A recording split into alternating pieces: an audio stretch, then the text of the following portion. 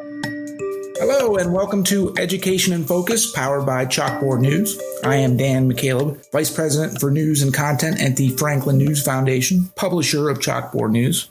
Chalkboard News is a news website dedicated to all things K-12 education. Joining me today is Brendan Clary, K-12 editor at Chalkboard News. Brendan, after the school closures during COVID-19, where school districts across the country converted to remote learning, some for several months, some for more than a year, we know that was not good for learning for students across the country. Test scores, there was a significant amount of learning loss suffered by students. Test scores have bore that out, where test scores have been declining now since the beginning of COVID.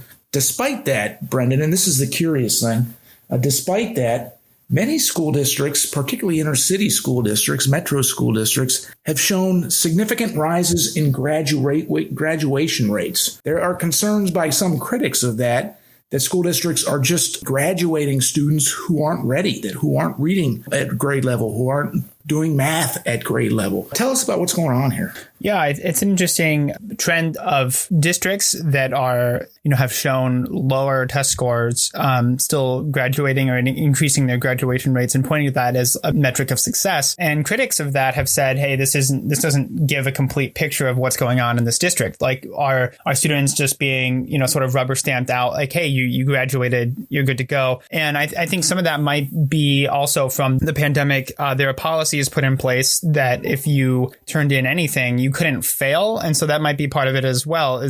I think we can all remember back in those days of uncertainty, there was remote learning, and it wasn't, a lot of states, I think, had those sort of policies in place that you couldn't fail students as long as they were turning something in because of the uncertainty. Maybe they didn't have access to internet. Maybe they didn't have access to the support that they needed. So it wouldn't be fair to, boot them out. So it's an interesting sort of conundrum there of, the whole world was kind of shifted, and, a lot of these schools were closed, by mandate from governor's offices and, from district level mandates that students were going to be out of the classroom. So then, there's been recently, Chicago has pointed to its graduation rates, and also Detroit has put out a press release saying that, they demonstrate strong graduation rate improvement. But if you look at the data, there's still a lot of test scores have gone down nationally, and specifically in some of these high schools in Detroit, for example, that saw, a 16 percentage point increase in graduation rates. There's still a very small number of students that are testing proficient on the SAT score.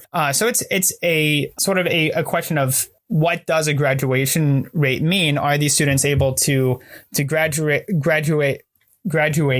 even though they're not college ready? And that's something that I think is worth looking into. Let me just bring it back to Illinois, which is my home state. My children spent their entire K-12 education in suburban Chicago school districts. But Illinois last year saw its highest graduation rate in more than a decade. Yet critics point out that this happened when just 1 out of every 3 11th grade students, for example, was reading at grade level. Only 29% could perform math proficiently at their grade level. Yet that same class, more than 87% of students graduated in 2022. So, is there something to that schools essentially are just graduating students regardless? Yeah, it kind of sounds like that could be, part of the issue here. And some of it is, how many students do test proficient in the SAT math score. So, if there is 30% of students statewide in Michigan, for example, I think test proficient on the SAT's math section. So there are students who are not, nationwide who, and when we talk about the National Assessment of Education Progress, like the nation's report card, many students do not hit that sort of advanced or even proficient level. So there is sort of a nuance about interpreting these test scores and thinking, okay, what does proficiency look like? Because, as a nation, the majority of students are not testing at that proficient level among all students. But when you have, the vast majority or a number of students that are not, testing at these grade levels, that is a big problem when they're going into college, when they're going into their careers. And this is an anecdote and just something I saw online from an unnamed teacher, but they basically said, hey, I was at my Home Depot the other day and I saw one of my former students, and I can't verify this, but they said that the student could not really, who was trying to cut the boards for customers, but he couldn't do sort of this basic, fractions of like cutting a board in half, 48-inch board into half. So it's one of those things where, there is sort of this anecdotal and also this data driven aspect there as well of, we can look at the test scores, we can see the national education, and even if they're not maybe indicative of where students are going and how they're going to perform after graduation in high school, it's indicative that we've seen test scores go down as graduation rates are going up, and so I think we just have to try to reconcile the two. What does that mean? And I think that's kind of where we're at now. Is the graduation rate an effective metric of success, or is there that sort of like what you alluded to, that rubber stamping of, hey, we're saying that you're done because we'd rather have you out of here than actually have to teach you these life skills and work on literacy and work on math and those kinds of things, Yeah. And that's the concern. And there's probably not enough data yet to know what the long-term ramifications of that are. But you have to be worried. Where are these students going to be, 5, 10, 15 years from now when they're in the workforce? They didn't learn all that well in school. Are they going to be able, to work in jobs where you need these math skills,